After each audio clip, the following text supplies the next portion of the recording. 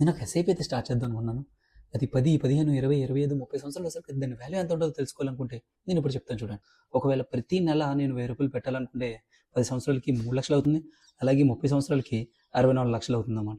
అదే నేను ప్రతి నెల 3,000 పెట్టుకుంటే నాకు 20 సంవత్సరాలకి 98,00,000, 30 సంవత్సరాలకి 1,92,00,000 అవుతుందన్నమాట. అదే 5,000 పెట్టుకుంటే ప్రతి నెల 30 సంవత్సరాలు వచ్చేసరికి 3.2 కోట్లు అవుతుంది.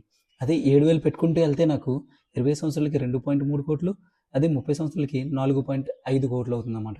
అదే నేను 10,000 పెట్టుకుంటే వెళ్తే ప్రతి నెల నాకు 20 సంవత్సరాలకి 1,61,60,000, 20 సంవత్సరాలకి 3,28,00,000, అదే 30 సంవత్సరాలకి 6.42 కోట్లు అనేది వస్తుందన్నమాట.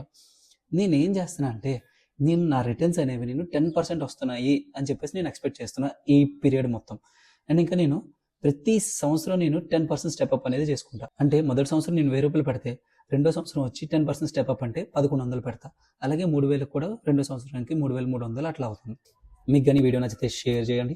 మరిన్ని వీడియోస్ కోసం మన పేజ్ని అయితే ఫాలో అవ్వండి.